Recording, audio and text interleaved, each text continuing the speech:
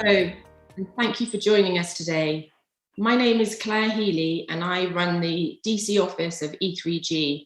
And we're delighted today to partner with the Atlantic Council to host today's discussion of the outcomes of the US and EU Energy Council meeting.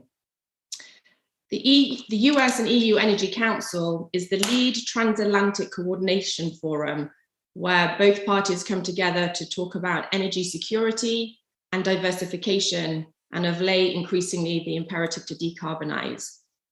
We are joined today with an excellent panel who are intimately involved with the Council discussions to share their perspectives and takeaways.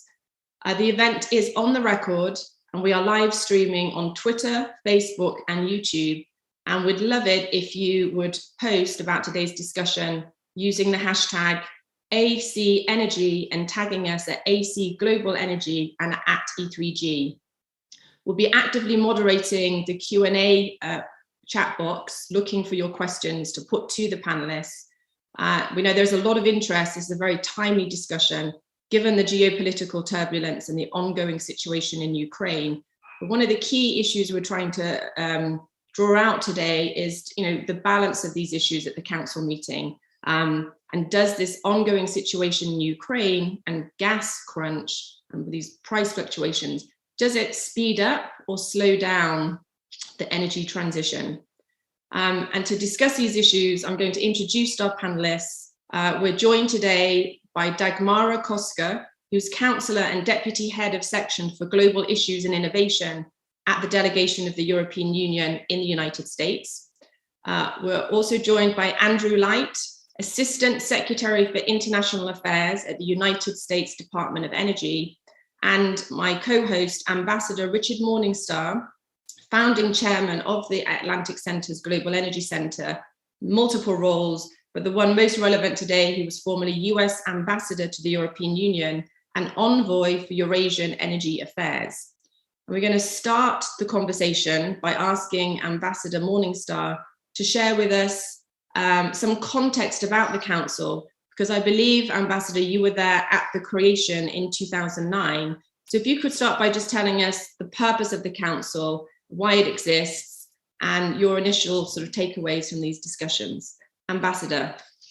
Thank you, Claire, and thank you to E3G for partnering with us with respect to this program. Yeah, I was there at the creation. In fact, I was there before the creation back in 2009. I first started talking with Hillary Clinton about US-EU Energy Council. And by the way, there's always been a name question, because in the US, we've called it the US-EU Energy Council, and in Europe, it's been called the EU-US Energy Council. So I think you'll probably hear those terms interchangeably today.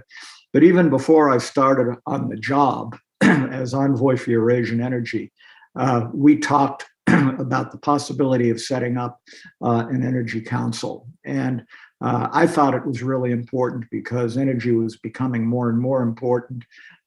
Energy was discussed as a small part of the then Transatlantic Economic Council, the TEC, and frankly, it was getting buried, and felt that it was important that we have a dedicated effort with respect to energy. And she was fully behind it and said, go and set it up.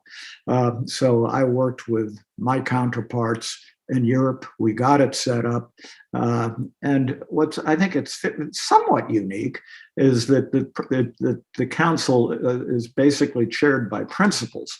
And the Secretary of State and the Secretary of Energy on the American side, the High Representative for Foreign Policy and the Energy Commissioner on the European side. There's also, and I don't know if still the case, the Commissioner on Research and Technology.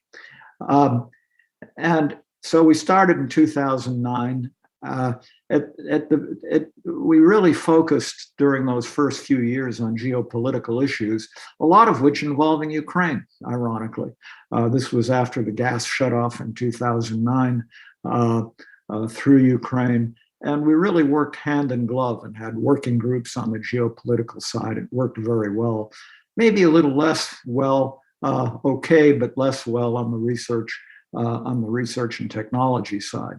I felt that the Energy Council sort of went somewhat dormant during the last administration. I think there was at least one meeting, maybe two.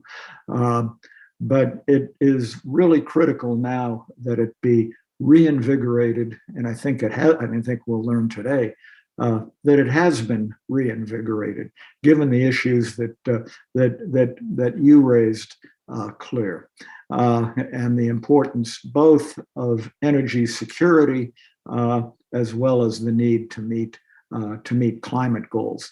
Frankly, back in 2009, there was when we started the first few years, there was very little discussion, at least in the council, on climate.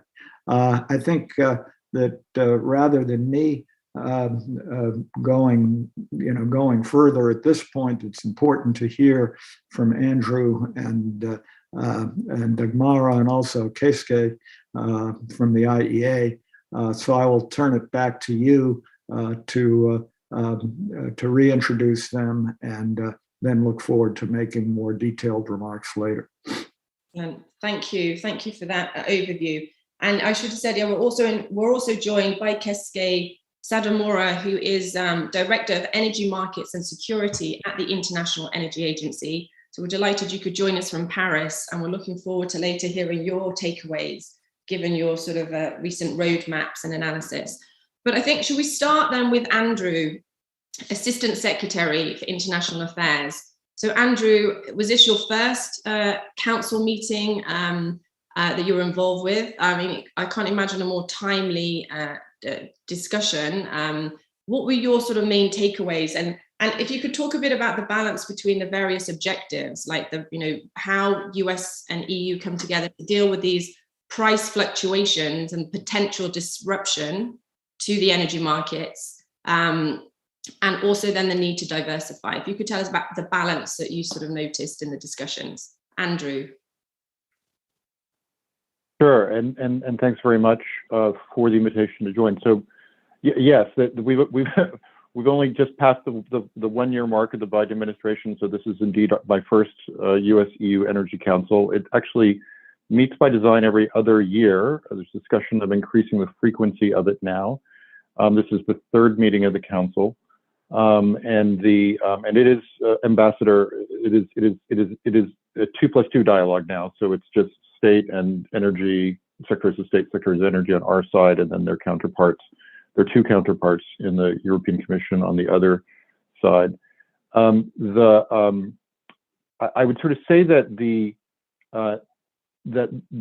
meeting that we had on Monday, and this is a fairly difficult meeting to organize, just no less because it's not just a minister to minister, but you've got four leading ministers who you need to arrange schedules with. So it's a difficult one to put together logistically. It's also a lot of very intensive work that goes into this in terms of making sure that we're aligned on what are the topics that we need to address in the near term and in the longer term, and want to make sure that we have time and ample time to discuss all those. So as you might imagine, there's lots of sidebar meetings and individual bilats that also go with this collection of leaders in the room along with the rest of us.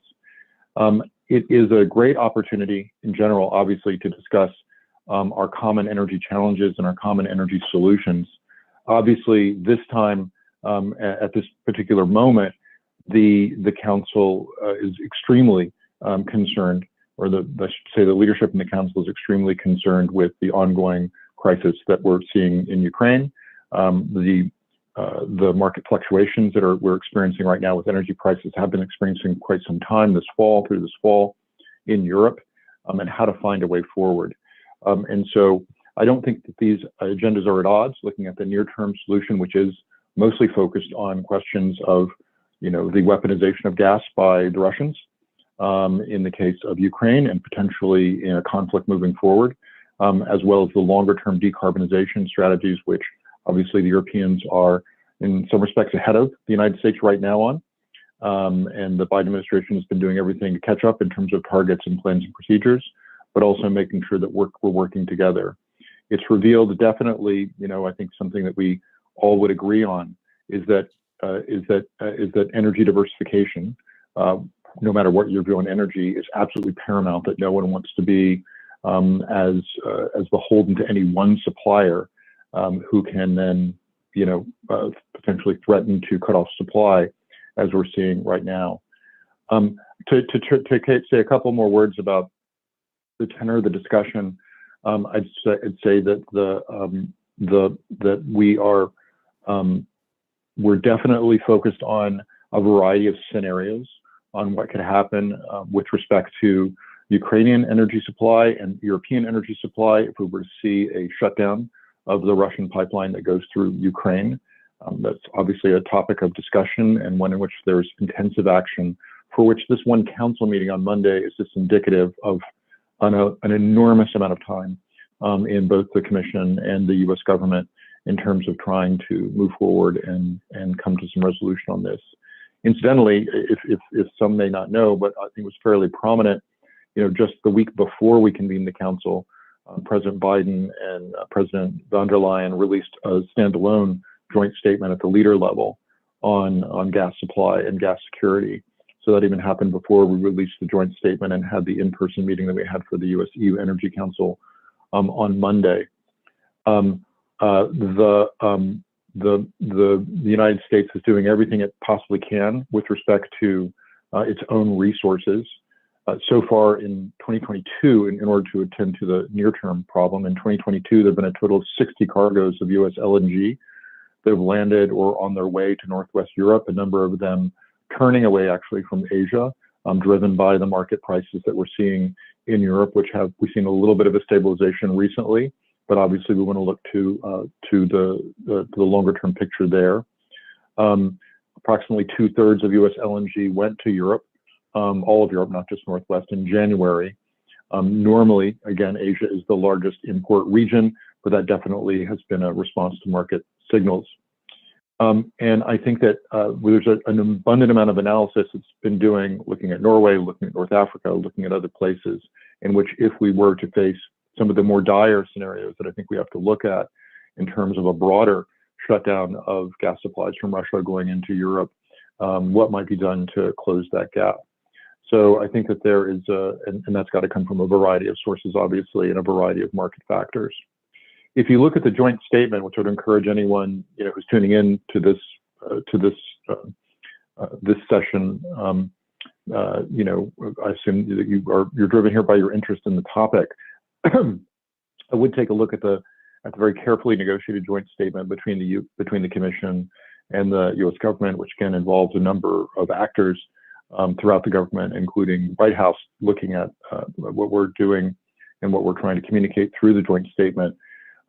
There's definitely that sense of urgency and action and focusing on diversification. There's a sense of, this kind of moving back and forth, the kind of a reflective equilibrium between the security of Ukraine and the security of Europe, including not just questions on the gas supply, but also electricity. There is, I believe, a joint commitment, at least with respect to the U.S. government and the Commission, to get the Ukraine connected to the European grid and disconnected from the Russian electricity grid. Same approach that we've taken with respect to the Baltic states as well. I think that will increase over time, not only increase over time the security of Ukraine, but also increase the possibility that Ukraine can become eventually a center point for clean energy exports to Europe, for which they have ample supplies that we are committed to in terms of our bilateral relationship with Europe to try to help them to invest in. We also look at a couple different topics, happy to go into more detail later, on our cooperation on hydrogen, looking out to the longer term, which has been very robust the last few years, and we are looking for ways in which we can continue that work, especially in multilateral fora, like the Clean Energy Ministerial, Mission Innovation, the International Energy Agency, and our friends from IEA are here with us today, so that we can, as much as possible, create a coalition of like-minded countries who can work towards seeing deployment in the near term of cheap, affordable hydrogen that can replace and diversify some of the supply and obviously help us on the decarbonization agenda. With respect to other activities moving forward, we have an ample program of work, collaboration on reducing methane emissions, especially in the gas sector. This is incredibly important given the current reliance in Europe on gas, the current continued global use of gas, and to make sure that truly is a transition fuel and not just simply another high carbon alternative which unfortunately I think is what you're getting with the very dirty gas coming out of Russia right now. We think U.S. gas supplies, by the way, will be much more competitive in the world if we can reduce fugitive methane emissions and clean those up from everything from the wellhead to transportation, all the way moving forward to the way that it is combusted and used for energy. And we're committed to doing that through a bunch of different measures, including joint standards, but also common mitigation technologies. And then finally, in terms of identified projects here, we are agreed to work on just transition issues together, incredibly important. The US and Europe both face a situation where we have parts of our country that are still, and we are proud of our fossil workers in the United States. As we see a transition to cleaner energy, whether it's abated coal and gas, or whether it's renewable, non-fossil energy sources, we want to see a transition that keeps all communities afloat, that leaves no one behind. And certainly the Europeans are already there and have already had some great successes in that respect that we can learn from. And then finally, I should sort of say that looking forward, also attached to this process, and this is one of the brilliant pieces in Ambassador Morningstar, maybe this was your idea there, but it always attached to this process is also a business-to-business engagement. It doesn't happen at the same time as the government-to-government engagement for every one of these council meetings. So we are looking to April, where this will be led by Secretary Granholm and Commissioner Simpson, a major event which we will be announcing later in the United States on offshore wind, really focused on bringing together the business communities between the US and the EU, again, where we have a lot to learn from each other. In fact, in there, we're looking for foreign direct investment from Europeans into the United States to help us to build out our offshore wind ambition. And that just speaks to the back and flow that constantly we have to have between us responding to the near-term emergencies and potential crises, to also the longer term, which will make sure that we are not in a situation where anyone's energy supplies can be as transparently weaponized, frankly, as they are right now, as we're seeing in the case right now with respect to Russia. Well, thank you, Assistant Secretary Light. A lot was packed into the statement, as you suggested. I think it was like 3 or 4 pages long, but it's very densely packed in. You covered a lot of ground. I'm going to ask Maya if she wouldn't mind putting the link into the statement in perhaps the chat function, so our participants could have a look at. And I think you're right, you touched on many of the issues that were in there that hopefully we can draw out during the discussion. But without further ado, I think I'll turn to Dagmara Kosko. Dagmara, do you feel that the US and EU, or should I say the EU and US Energy Council, showed sufficient unity of purpose, particularly in these short-term energy issues we're facing right now? And if you could say something about the balance you felt was struck between the short-term crunch and the longer-term objectives and shared strategies. Dagmara. Thank you, Claire. Good morning, everyone, or good afternoon if you're listening to us from Europe. I am delighted to be with you here this morning. 2 last days were particularly intensive indeed, because we had a council on Monday, and we had the high-level visitors from Europe visiting for Monday and Tuesday, with a bunch of meetings, extremely thrilling times for us. If you wanted to walk away from this discussion right now, I would say just leave with one sentence from me. The EU-US Energy Council is and has been revitalized, and it has been really an engine for progress for us, and we really remain hopeful that this is gonna be the case this year, 2022, year of implementation on international stage when it comes to climate ambition. And it remains strategic and important to both sides of the Atlantic. Let me just maybe share on what you suggested, Claire, 3 reflections. Well, first of all, we are, I think, more aligned than ever, both on those long-term strategic objectives, as well as short-term issues and answers to those issues that we need to face. And I think Andrew has walked us through some of those very intense discussions about the preparedness, about the contingency planning, about the different scenarios that we are right now elaborating and dealing with, and trying to find answers to. Number two, and this is relates to the introduction by Ambassador Morningstar. The energy security component of this coordination and conversation remains as important as ever. The Council was indeed established in 2009, and Ambassador Morningstar mentioned it, but the reason why it was established was because also in Europe in 2006 and 2009, we had a very serious natural gas supply crisis. And so the Europe, the European Union and the United States of America have decided to work together on increasing energy security to the region, to the European Union, and to the European neighborhood. And you will see the gist of that work also still in the joint statement. And it was indeed I would say at least half of the discussion was related to energy security. However, with those 12, 13 years that have passed, the energy security threats have evolved. And also we are in a completely different place today than we were in 2009. Europe is in particular, but also the diversification is a completely different one today.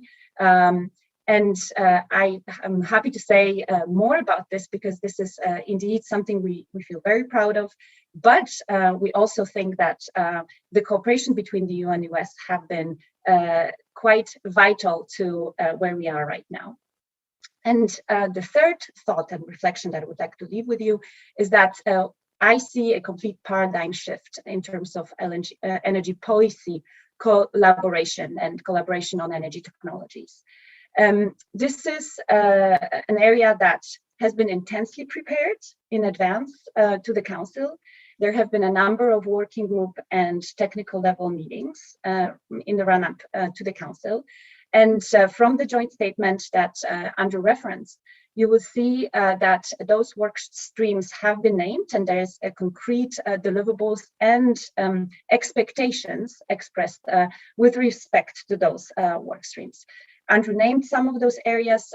Offshore wind is among them. Hydrogen and methane are among them. But of course, we also feel very, very excited about the energy efficiency. I mentioned there decarbonization of buildings and construction materials. And I think what I would like to say maybe is that this is a transition we are on, and I think you see that this gist of the green transition is mentioned from the very beginning of the statement until the very end of the statement. And I think you have to understand that even if we are still talking about the energy security concerns, we feel that the energy security is inherently linked to, in fact, transitioning towards net zero in 2050. And therefore, energy security, the best energy security reply to the concerns that we are facing is in the long term, in fact, transition to renewable and green energy and clean supplies. And I think with this, let's dive into the discussion. Thank you, Dagmara. I mean, it's good that you mentioned that, we've been here before. Like you said, the genesis of the Energy Council was to look at these energy security issues. And you said that was 12, 13 years ago. And yet still, when you look at the energy mix in key markets in Europe, Germany, for example, is still heavily dependent, reliant on this single source, this dominant source. I'm going to ask just Ambassador, if you wouldn't mind coming in before we turn back to the IEA. I'm struck, Andrew, you talk about the weaponization of this asset, gas. And Secretary Blinken talked in the press conference afterwards about Russia's energy leverage.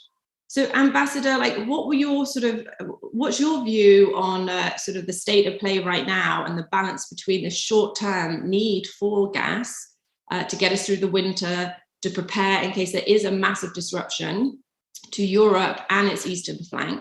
What's your takeaway about this language that we're using being weaponized and the leverage? And is this time different, do you think, or are we going to find ourselves back here when the crisis dissipates? Oh, we've Claire, we certainly used that term for many years. And I think we need to be realistic and accept that that energy has been weaponized. I mean, we can go into the details, but I think it's really obvious, and to deny it, I think, would be somewhat naive. Let me say a couple of things to emphasize a couple of things. First of all, I was very excited and encouraged to hear what Andrew and Dagmara had to say. It's clear that the Energy Council is reinvigorated and can play a major role with respect to coordination. I think it's also important to recognize that the success of the Energy Council, frankly, is not ultimately going to be through principals meetings, although they're important obviously to lay the groundwork. It's going to be the follow through at levels below the principals. Back during the Obama administration, that's where we were most successful. We met probably by phone or in person once or twice a month to talk about energy security issues at that time and how to make sure that we were coordinated. And again, Ukraine, even back then, was maybe the biggest issue that we talked about. Let me emphasize a couple of things, maybe in somewhat direct language, because no longer in the government I can say what I want to say. First of all, that I think this balance between the short term, midterm, and long term is critical. And obviously, in the short term, the issue of immediate energy security in Europe is hugely important. I was encouraged by what Andrew said about the number of cargoes that have been shifted towards Europe, that there's been some stabilization in price, that as a result that cargoes have been able to be shifted from Asia, and it is a market decision ultimately, where these cargoes go, and it does look like Europe's in okay shape, even if Ukraine transit at 40 BCM a year is shut down. The issue would be if there were greater shutoffs, which we obviously need to work on. I would just want to say categorically that I think we need to recognize, and I think it was certainly recognized in the joint statement that was issued by the president and President Biden and the president of the Commission last week. Gas is important. There is no way around the reality that certainly in the short to midterm, gas and gas supply is going to continue to be important, both to create alternatives from an energy security standpoint, and to create alternatives to Russian gas from the standpoint of substituting for coal production, all of which is going to be important. The second point that I think we need to keep making loud and clear, and I think you both have basically done so, gas and the energy transition and the development of green technologies is not an either-or proposition. It really has to be both. And in fact, as important as gas may be in the short to midterm, it's equally, maybe even more important, that we double down on the development of green technologies, because the greater the green technologies, one, obviously positive from a climate change standpoint, but also from an energy security standpoint. And the more the green technologies, the less the dependence on Russia. I mean, it's a very, in Europe, I mean, it's a very that's a very simple proposition. So I think we really need to double down on both fronts. Finally, I think that it is important. Messaging is important, and that the joint statement of the two presidents was very helpful. But I think it even has to go somewhat beyond that.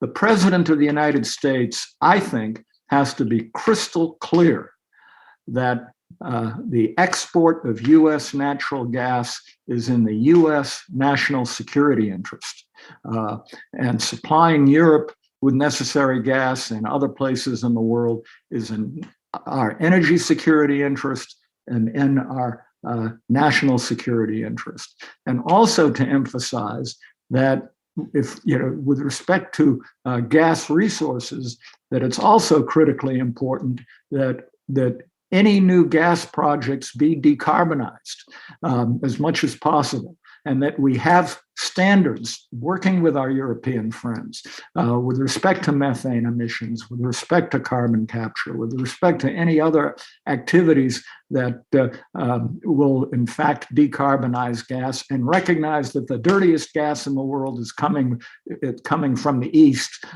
into Europe. So I think that all that is critical. I was frankly surprised, and I was 14 years in the government as a Democratic political appointee, so I have good relationships with Democrats on the Hill and so forth. I was very disappointed with the letter from 10, I think, Andrew, correct me if I'm wrong, I think they were all Democrats, letter to President Biden saying that there should be no export of natural gas. I mean, how could there be any worse timing for a letter like that, given what's happening in Europe right now? I think we have to recognize how important that is. So I think I've been pretty direct. I've covered the main points that I'm concerned about, and I turn it back to Claire and Keisuke. And I have to say, I do love your directness. We need more of that, I think, sometimes. So equally directly, I'm going to bring in Keisuke, who's from the IEA, and you are our independent analyst here. What's your view of both the statement from the council meeting and just the ambassador's comments just now about gas? It's not an either or situation. I'd love to hear how you see, this pressure at the moment, and how it marries against your recent net zero roadmap, where the IEA was equally direct about the future market direction. So if we start there, but I also am going to turn now to the Q&A. I'm looking at the questions and the questions you're putting. Please do put more questions in the chat room. There's a question about energy security and how we can tackle energy security via demand side. And again, energy efficiency, Dagmara sort of talked about energy efficiency, seems to always get short shrift in these discussions. So I'm going to start there, and then obviously we can draw out methane and hydrogen and the other technologies. But Keisuke, what's your initial reaction to Ambassador's comments and the statement from the Council? Thank you, Claire. And first of all, thank you so much for including the IEA in these important discussions. And I'm happy to contribute as the United States and the countries of Europe are the important members of the IEA. So thank you very much for this. Now, as for the discussion, I fully agree with the ambassador in a sense that both the short-term energy supply security and the long-term energy security through the clean energy transitions, they're both very important in this respect. And in this very short term, we have seen the enormous contribution from the US LNG, because we saw, as our executive director pointed out, that the Russians' gas supply in the fourth quarter this winter was lower than the normal years, despite the fact that the gas prices in Europe is very, very high. They're kind of record-making price levels. And this was compensated mostly by the higher LNG imports. Actually, 3/4 of the lower import from Russia was provided by the imported LNG by Europe. And the United States LNG contributed about half of the extra LNG coming to Europe. So this is a very enormous the contribution to the European gas supply security. And not only that, I just saw on the Nikkei report that even the Japanese the energy minister agreed to the European ambassador and the US ambassador that the Japan will try to redirect some of the LNG cargo to the European continent. And this has been made possible by the increased the kind of more liquid and the flexible LNG gas markets, which was realized in the past several years based on the various kind of experiences of the natural gas crisis.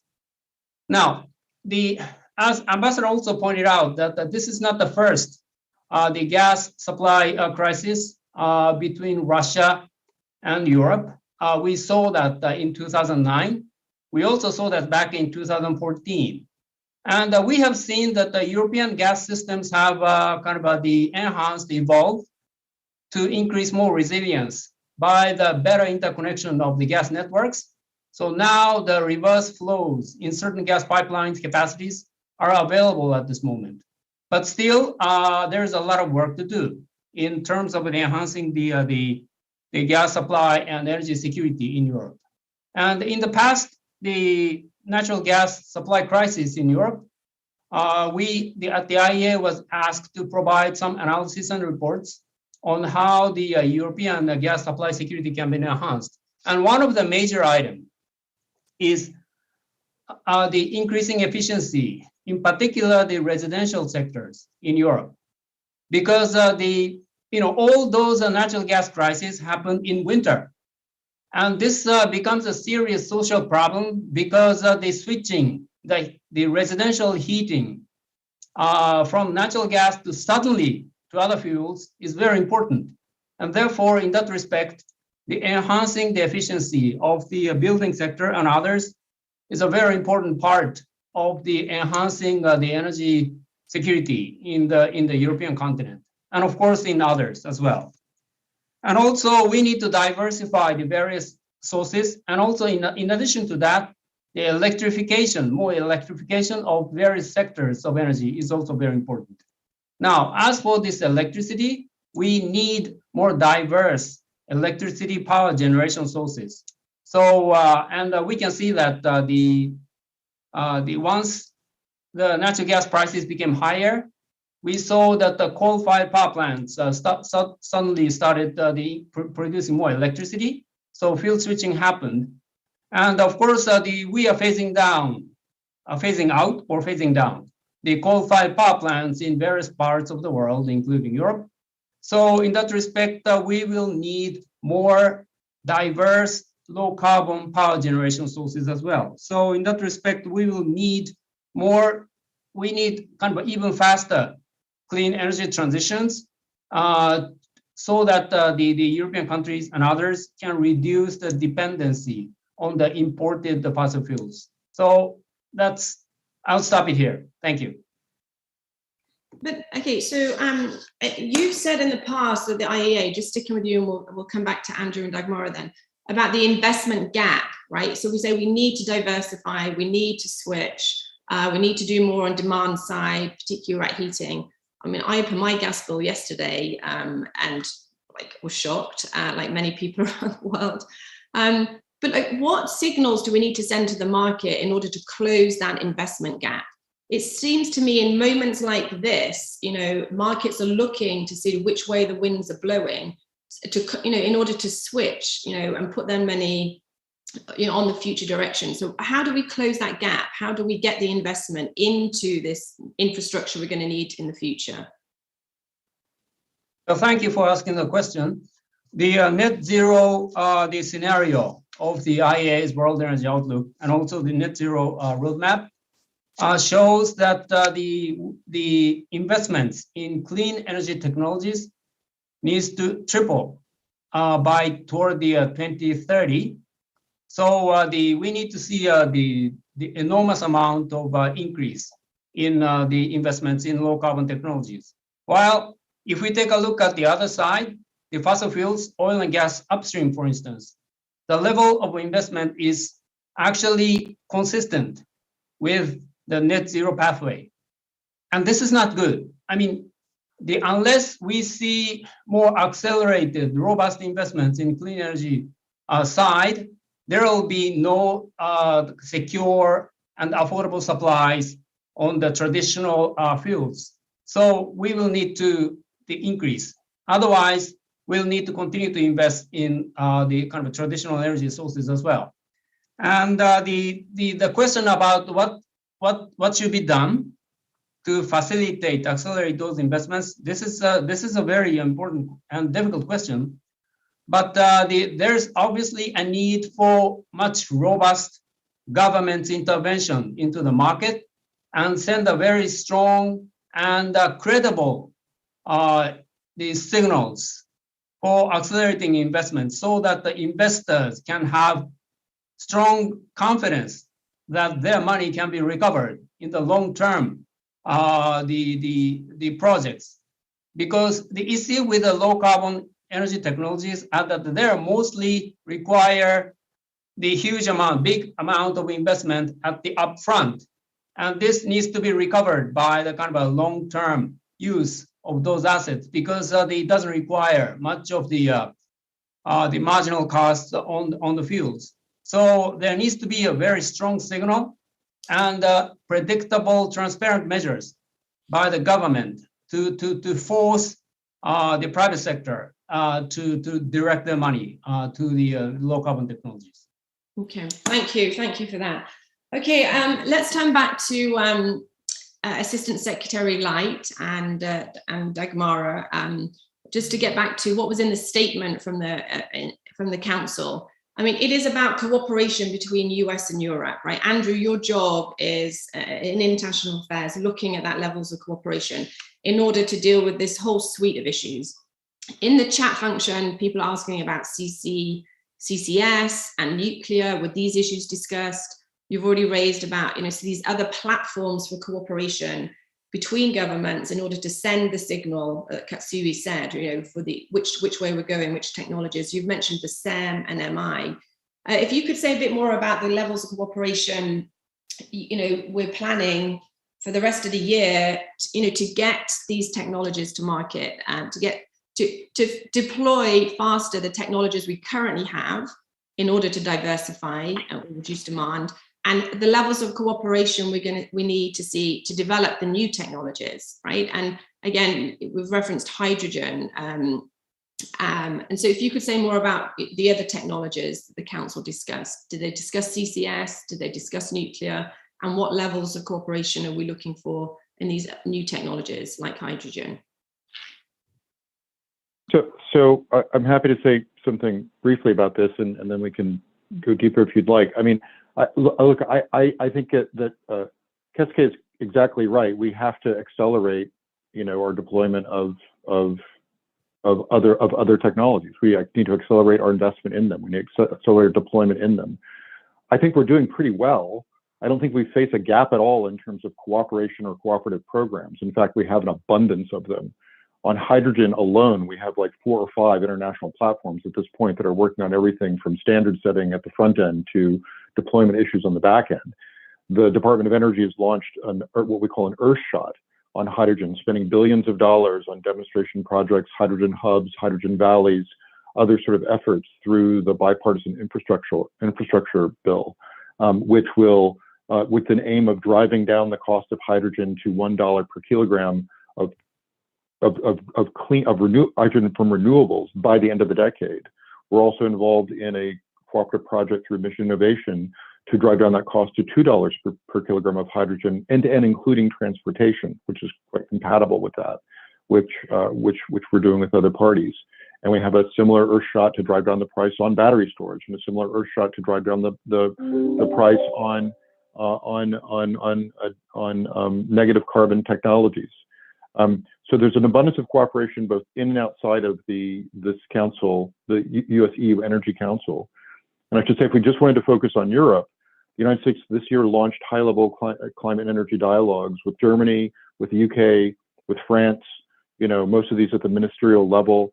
We have something called the Partnership for Transatlantic Energy Cooperation, which the Trump administration started with over 20 Eastern and Central European countries, which was rechristened this past September in Warsaw by the Secretary of Energy and all participating ministers from some 24 countries as the Partnership for Transatlantic Energy and Climate Cooperation. So the number of platforms is there. The amount of cooperation is clearly there. The question is, how do you direct it most efficiently?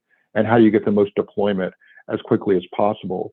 And I think that is where we're seeing a lot. There was nothing that was not on the table on Monday, but there is, of course, things that we're trying to use this particular nexus between the U.S. and the Commission to move forward on particular things. We mentioned wind. We mentioned what we're doing on abated gas technologies. We mentioned hydrogen, but obviously also in discussion on the table, both in the actual council meeting and around, was energy efficiency as well. The first fuel, the cheapest thing we can do in order to increase the capacity for diversification. This is a very compelling intervention, in fact, made by Commissioner Simpson on this point alone. So I think that the question is not how can we ramp up platforms for cooperation as much as how we can get them to actually produce the results that we need. The United States has stepped up, and this is the last thing I'll say. Sorry for going on so long. We promised the world that we would get back into, aggressively international cooperation on climate and clean energy. And I think we've done that. In the case of the Department of Energy, I've been working with Kiske and Fatih Birol and the great team at IEA on this, but Secretary Granholm is chairing this year's IEA Ministerial, where we will be announcing in March a suite of new mandates there that we are using to completely help to supercharge the IEA as an instrument to help to accelerate this transition and really work on everything that we need to do that, not only in terms of the dispatchable power, but the supply chains on critical minerals and materials, and really use the power of the IEA as a convening and the best resource that we have on the data side to do that. We will also chair the Clean Energy Ministerial and Mission Innovation combined ministerial in Pittsburgh in September. And on and again, we will be at work every single minute of every single day to try to direct these abundant cooperative platforms to actually delivering this year, not just commitments, which are promises, but actual results. Okay, so on that note, I have to ask, you hit the nail on the head, right? The levels of cooperation are there between this administration and your peers in Europe. And last year we saw a whole suite of conferences and initiatives, lots of targets and goals and objectives. And so, but when we face a crunch like this, everyone's looking for, are people willing to make the tough decisions in order to meet these goals and objectives, right? And I'd put to you, I guess, and to Dagmara next, what are the critical deliverables we need to see from this council or the other cooperative platforms, right? And or let me put it a different way. While you were meeting in the State Department as the EU-US Energy Council, down the road, we had the new Chancellor Scholz meeting with the president, also talking about Russia, Ukraine, right? And like Germany, just take, this jurisdiction, they've had a decade, if not more, of the Energiewende, right? And yet still very dependent on Russian gas, right? So it's hard to transition, right? And obviously looking at their position on other fuels. But do you feel this time it's different? And what are you looking to see, say, from Germany or even indeed the European Union? And I'm going to put the question to you, Dagmara, as well. Like the European Union has their Fit for 55, right? Germany has its targets. Everyone's committed to net zero in 2050. And yet here we are in 2022 with a short-term crunch. And so how do we sort of double down on that transition? Like how do we know? How does the market know? If I'm an investor, I don't want to put money into something that's going to be stranded in a few years. So what concrete deliverables are you looking to see over the next 2 years to know that we are transitioning? Well, briefly, I'll sort of say that again, we're not going to hydrogen is not going to solve the energy price problems in Europe today, right? This is a longer term play, obviously, as well as all the other clean energy, future oriented platforms that we can imagine. There is no shortage of investment in these technologies right now. The question is, how do we accelerate the transition? And that's something that government can help to do. That is, in fact, why we're doing these Earthshot programs, to drive the price down using government intervention as fast as possible so that the investments can yield results quicker than they ordinarily would. That makes them more attractive. So I don't think the formula is terribly complicated in that respect. With respect to the current, the situation there, we are also pushing, and this is not obviously something we'll be doing with the German government, but throughout the region, we are pursuing an abundance of deals on nuclear energy, which is something we have ready at hand, ready to move out, ready to build, that will, take some time, but also will provide more immediate relief with respect to energy diversification. So this is something we're doing with Poland right now and pursuing a very large traditional AP1000 project there with Westinghouse that we hope will land, but then obviously something we're doing with our small modular reactor technology, which should be coming online, soon into this decade. So I think that the investment is there. The question is, how do you accelerate this to a deployment phase as fast as possible? That's what things like the EU-US Energy Council are determined to do on an array of platforms. Thank you. Okay, so Dagmara, a lot's come out in the discussion. I'm sure you've got other thoughts.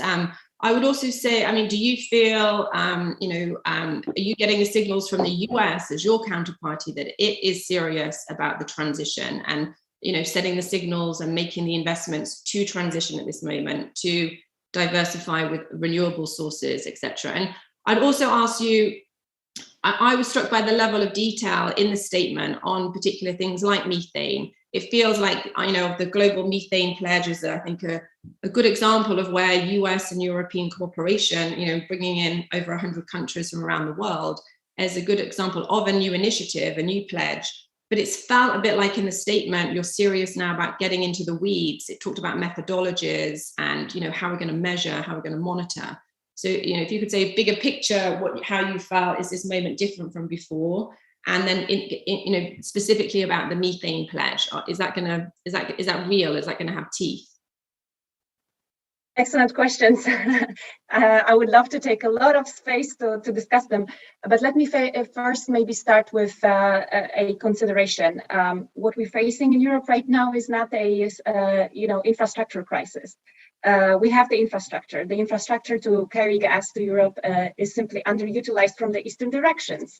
It's at historic lows, around 40 or less % of utilization. So this is a result of demand and supply picking up after the pandemic, also result of switch to natural gas, as natural gas is a cleaner burning fuel. And of course, we see that it replaces coal, which is a very, very good development. So we are, of course, facing a situation during a heating season, and it's true that those crunches have in the past historically happened during the heating season. Why? Because Europe is using natural gas for heating.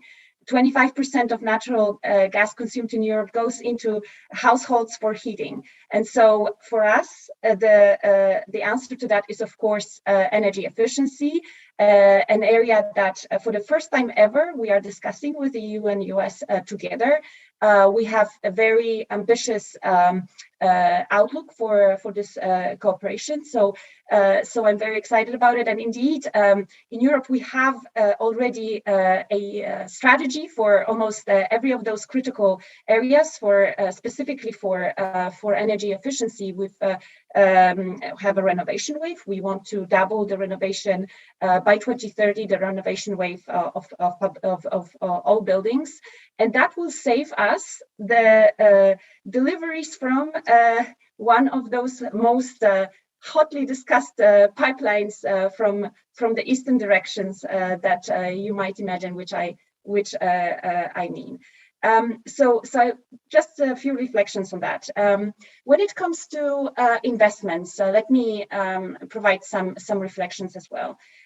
We in Europe see solar and wind already delivering the results that we that are essentially underlying why the green transition is so beneficial for everyone. We see offshore wind in the North Sea delivering base load, electricity at prices which are lower than natural gas. What we are all concerned about is, of course, affordability. And I think this crunch has showed to the European Union and to the EU member states that we do care about, how much our households are paying for heating, for electricity. This is critically important for industry. As you know, Europe has a very robust approach to our industries, and our decarbonization objectives should not undermine our leadership in the industrial area. So all this fits nicely together with the approach that we've proposed, right? So in terms of investments on solar, on offshore wind, we have those long-term targets. And when we talk to industry, and really believe me, in the past 2 days, the commissioner and I were exposed very much to the views from the industry. This is what the industry needs in order to plan for those investments. Capital costs are still very high. They need to also invest in R&D. If they have a robust legislative regulatory framework, they are able to plan for those investments that can only be recuperated in 10, 15, maybe 20, sometimes even 30 years. And let me say that on that front, of course, Europe has been also very explicit in the last weeks about what role we see for some of those critical technologies that can bring emissions down, like natural gas, like nuclear. I would like to mention the taxonomy. Some of you who are sitting in this room and are experts in this know what I refer to. I think it's a critically important signal to investors that provides 3 decades of visibility for those investments, and even more for generation 4 of nuclear that doesn't have any sunset clause in this one legal act that we're discussing. So maybe let me pivot towards methane, because we have just a minute on methane. I'm surprised you brought in the taxonomy. That's a whole other seminar. That's a whole other webinar on the taxonomy. Absolutely. 1 minute on the methane, and then we'll have closing just remarks from everybody else. Absolutely.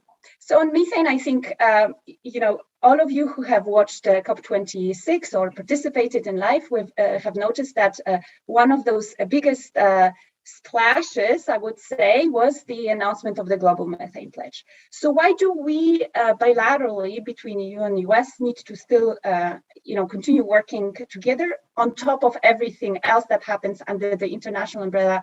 And over 111 countries joined the global methane pledge. Well, because we can set standards. We are the ones that can lead others into areas that are more ambitious, because we should be the ones setting the agenda, right?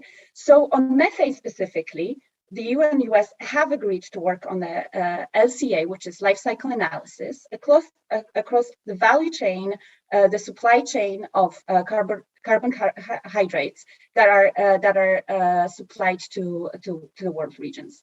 And number 2, we are working also on metrology. Metrology is important because this is equipment that tests and can get equipment that essentially can deliver those reductions. So there are test centers that need to really be sure that the equipment that they're testing, reductions of methane emissions, that we know that this is really a very reliable equipment that we are dealing with. There's a lot of progress there. So I think we are very excited about that chunk of our work that clearly is very bilateral. That is an area where I think it definitely felt a bit more concrete. We had to, Assistant Secretary Light had to leave a couple of minutes earlier. So in his absence, I want to say thank you for his time. And I think we've come up to the end. Ambassador Morningstar, do you want to say anything just to wrap up, other than to thank our panelists for their time and to thank the Atlantic Council and all our colleagues that helped put this together? I'm going to give you the last word, Ambassador, but thank you for everybody. There were lots of other questions we didn't get to, also about what US and Europe could do for other countries like the Western Balkans and Lebanon and the Middle East. But Ambassador. Thank you, Claire, and thank you again for working with us on this program, which I think was outstanding. And I am really encouraged. I'm encouraged by the enthusiasm of both Andrew and Dagmara and the commitment to follow through on the issues that we've been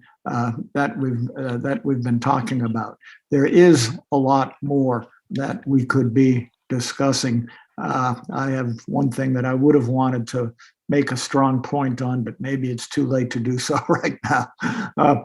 But in any event, I think we should also thank our staffs who've put this together. Maya Sparkman has done just a great job for us, as well as our IT folks. And I know your staff has also worked extremely hard on this. So I want to thank everybody, KSK and the IEA as well, and your contribution. So I think we need to have more of these discussions to follow up.